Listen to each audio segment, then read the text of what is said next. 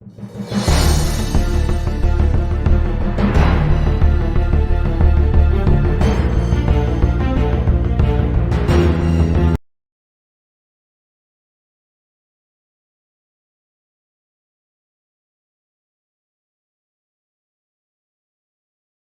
information in the Cassidy Rainwater case and her connections here in the Kansas City area.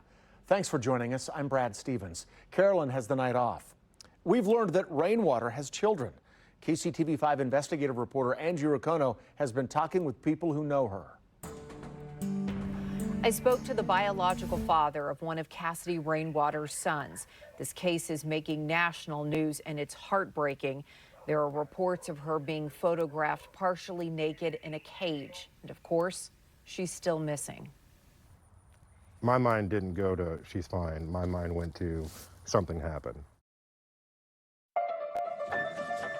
I'm hearing about a guy who's got women locked up and possible torture. Two men, Timothy Norton and James Phelps, are charged with the kidnapping of 33-year-old Cassidy Rainwater. Against her will. In a cage. I can't imagine. I don't understand what makes people get like that. Cassidy Rainwater is 33 years old. What happened to her remains a mystery. A case full of speculation and gruesome details. Court documents reveal investigators found partially nude pictures of her in a cage. Two men have been arrested for kidnapping and terrorizing her. The sheriff posted on Facebook, more charges are expected. Oh, it's shocking. It's devastating. It's shocking. It's not something you deal with on a daily basis or hear about, or somebody who's even close to you. It's just it's a crazy world we live in, and I can't even process the feelings right now, to be honest with you. We met Ben. We agreed to conceal his identity. He's the biological father to Cassidy Rainwater's 16-year-old son. The teenager lives in another city with his adoptive family. They recognize the case and the connection to their family. They were the ones who informed me. Ben says the adoptive family is trying to shield Rainwater's biological son from the case. Ben says he normally talks to Cassidy every once in a while due to their connections, but she dropped off the grid. He was trying to help. She was in a bad way. Like at that time, I'm pretty sure she was homeless, and she and I were talking. It was just like, come to Kansas City. We'll get things figured out. That never happened, and the phone call stopped. Much of what people know about Cassidy Rainwater is sensational and heartbreaking. There's another side. She posted fun pictures of herself and pictures with another son not related to Ben. She took and posted quizzes where she reveals, listen, I'm a nice person, so if I'm to you, you need to ask yourself why. She loves adventures and hates show-offs.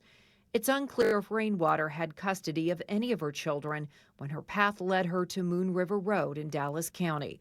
A once obscure place is now heavily photographed and documented from all angles. This is where she was caged, according to court records, before it recently burned to the ground. Fire reports reveal homemade bombs with tripwires on the property. It's not going to be good. I don't think the end result's going to be one that anybody wants to hear. We will keep you posted on her case. Angie Racono, KCTV5 News. We're keeping a close eye on a missing persons case in Dallas County, Missouri. 33-year-old Cassidy Rainwater is missing. She went to high school in Harrisonville. Her case is drawing a lot of attention on social media due to the circumstances. Investigative reporter Angie Racono has been tracking the developments and joins us from the newsroom. There is so much mystery and intrigue in this case that has fueled social media speculation. Two men have been charged with kidnapping, inflicting injury, and terrorizing. That's James Phelps and Timothy Norton. The sheriff posted on Friday, more charges are expected in the coming days. We are watching for that. The sheriff previously released a statement saying due to the extreme nature of the crime, he's not providing details. Here's what we do know. Pictures have been found of Cassidy partially nude and in a cage. The FBI has been involved. Cassidy Rainwater is still missing. Her trail led to this rural property owned by suspect James Phelps.